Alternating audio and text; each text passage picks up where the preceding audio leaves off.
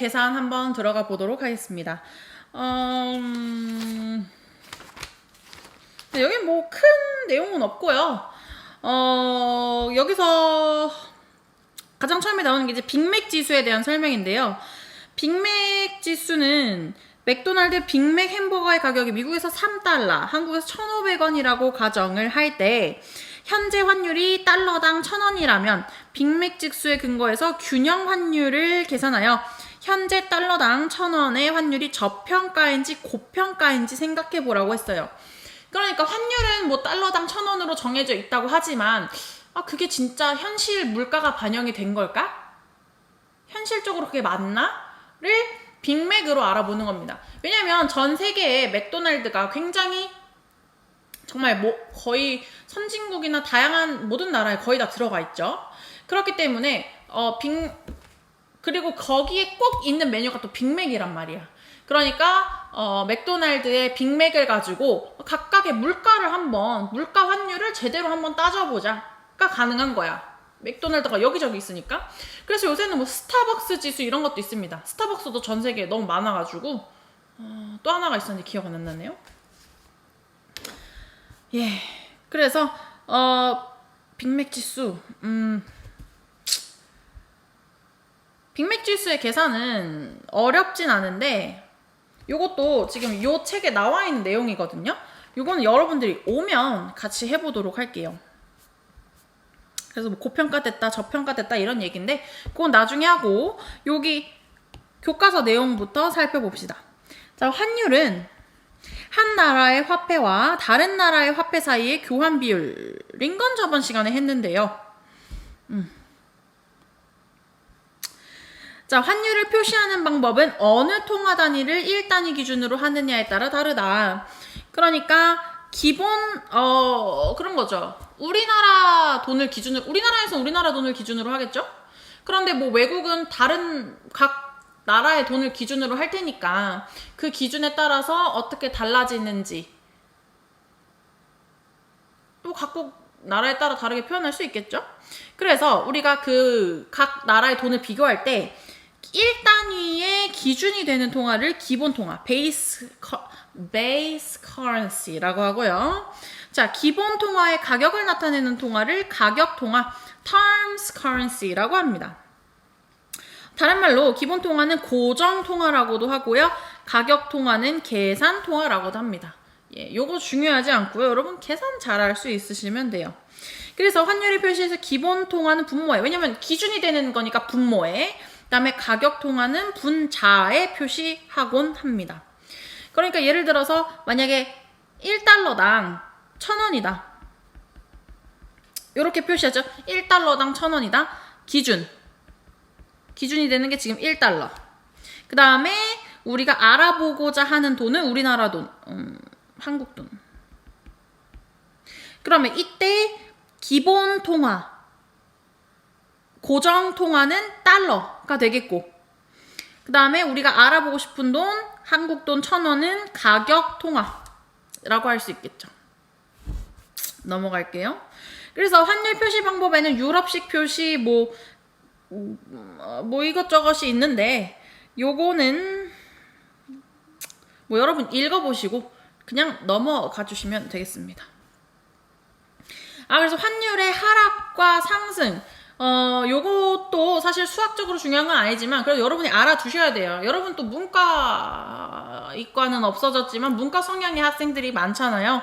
그래서 우리 경제학과를 지망하거나 하는 학생들 요런 얘기 진짜 엄청 많이 들을 것 같아요. 나중에 대학교 가면 뭐 경제 경영 다 많이 들을 거고, 요 메커니즘에 대해서 좀 이해를 하고 넘어가는 게 좋아요.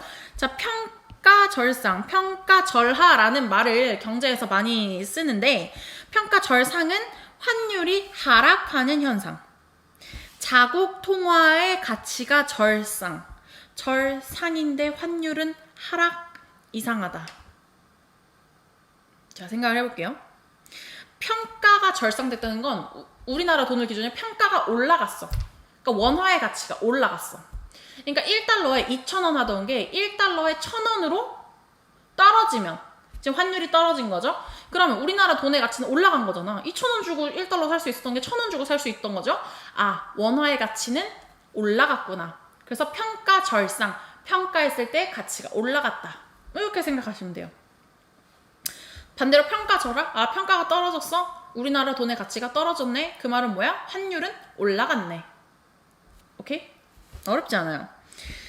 자, 그래서 환율의 변동에 따른 손익계산. 자, 우리 기업에서 맨날 하고 있는 게 이런 거예요. 아, 우리가 수출했을 때 우리나라 또 수출로 많이 먹고 살잖아요.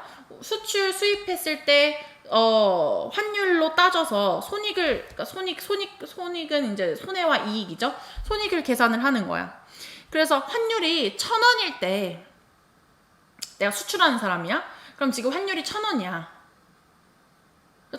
환율 1,000원에 막 물건을 팔다가 갑자기 환율이 2,000원이 됐어. 1,000원에서 2,000원이 됐어? 그러면 내가 수출을 하면 외국 돈을 받잖아. 그러니까 내가 똑같이 물건은 똑같이 이 책 한 권에 똑같이 100달러야. 물건 이거 책 팔아서 100달러를 받을 거야? 그러면 내가 원래 물가가 환율이 1,000원일 때는 100달러 받으면 1,000 곱하기 100만큼 받았는데 갑자기 환율이 2,000원이 됐어? 그럼 내가 어차피 똑같이 100달러 받을 거니까 내가 받을 돈은 2,000 곱하기 100만큼 한국 돈 받는 거 아니니?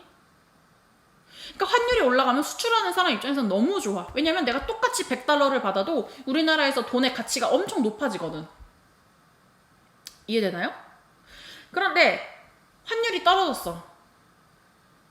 그러니까 우리나라 돈의 가치가 막 올라갔어? 그러면 원래 1,000원 하던 이거 하나 팔아서 내가 1달러 이거 그래 100달러 어려우니까 이거 1달러였어. 내가 이거 팔면 1달러 받았다? 그럼 얘가 옛날에 1달러 받으면 우리나라에서 그거를 1,000원에 바꿔서 엿바꿔 먹을 수 있어. 아, 이거 말이 좀 그런가요? 저 어렸을 땐 그런 얘기 많이 했는데. 그러니까 어쨌든 내가 이거를 팔면 1달러를 받아서 1,000원이랑 바꿀 수 있었어? 근데 환율이 지금 500원으로 떨어졌어. 그럼 내가 이걸 팔아서 1달러를 받아도 우리나라에서 그게 500원짜리밖에 안 되는 거야. 그러니까 환율이 떨어지면 사실 수출하는 사람 입장에서는 좀 짜증나죠. 물론 이렇게 드라마틱한 변화는 없겠지만 환율에 따라서 그래서 기업의 수입이 엄청나게 차이가 나요. 왜냐면 우리는 뭐 지금 1달러, 2달러 하지만 그거를 막 몇천조, 몇천조까지 쓸려나? 하여튼 몇 억씩 막 찍어내면 환율이 점점 불어나죠? 그러니까 환율이 1,100원에서 1,200원으로 올랐을 때 그냥 1달러 하나짜리는 100원이 오른 거지만 그걸 1억 달러라고 생각하면 1억 곱하기 100원만큼이 지금 나는 손실과 이익의 사이에 있는 거란 말이야. 그렇기 때문에 환율이 조금씩 오르락 내리락 하는 것도 사실 기업 입장에서는 굉장히 예민하게 보는 부분입니다. 예, 그렇고요. 예, 뭐 그렇습니다. 그래서 37쪽에 예제 3번 한번 풀어볼게요.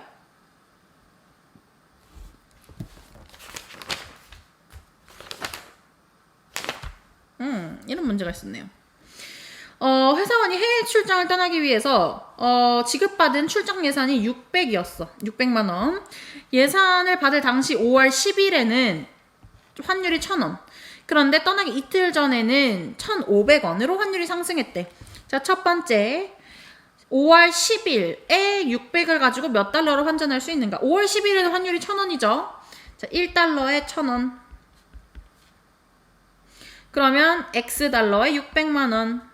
600, 1, 2, 3, 4만. 그럼 내항의 곱은 외항의 곱과 같다.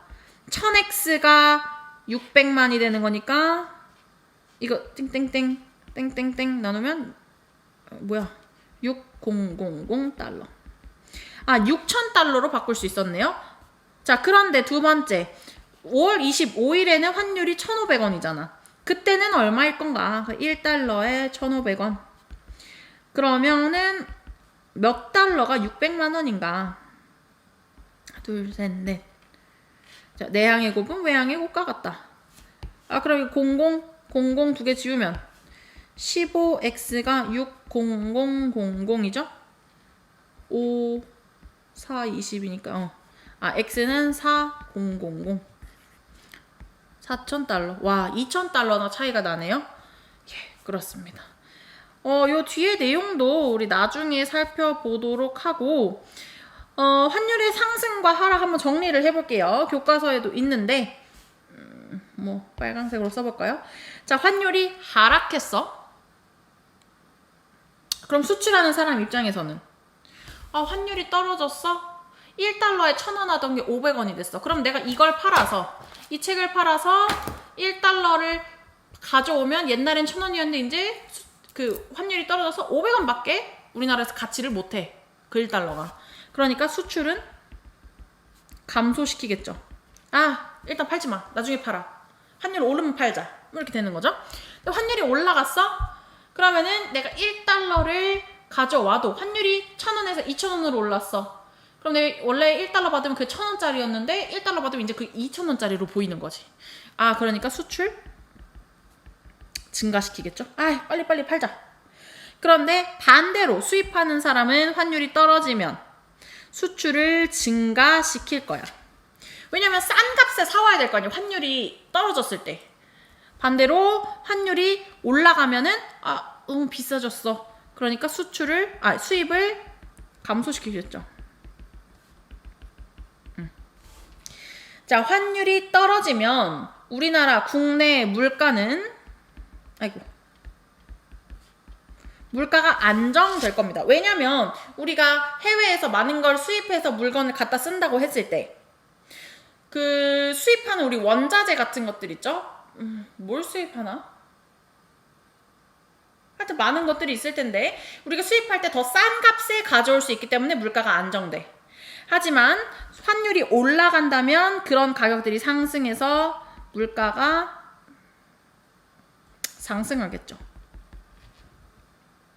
근데 외자 도입 기업은 뭐냐면 외국 자본을 가져와서 쓰고 있는 기업들을 외자 도입, 그러니까 외국 자본을 도입한 기업, 외자 도입 기업인데 그러면은 이제 이게 그냥 돈 주세요 해서 가져온 게 아니라 투자를 받는 거죠. 그러니까 투자를 받아서 결국 내가 그 돈을 갚아야 돼. 오케이? 그럼 내가 그 돈을 갚아야 되는데 원금을 상환한다 그러죠. 우리가 빚을 갚을 때.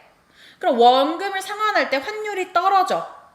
그러면 내가 돈을 이때다 하고 빨리 갚아야 되지 않을까? 환율이 떨어졌을 때? 돈 1달러 1,000원이었는데 1달러 500원 떨어졌을 때 갚아야 내가 500원에 1달러를 갚을 수 있는 거잖아. 원래 1,000원에 갚을 수 있었는데.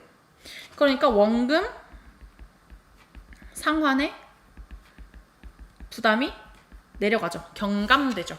근데 환율이 막 올라가. 나 갚을 돈이 있는데 1달러를 내가 빌렸어. 갖다가 썼어. 그럼 내가 1,000원에 갚아야 되는데 환율이 올라서 2,000원에 갚아야 돼. 그럼 이제 너무 부담이 되는 거죠.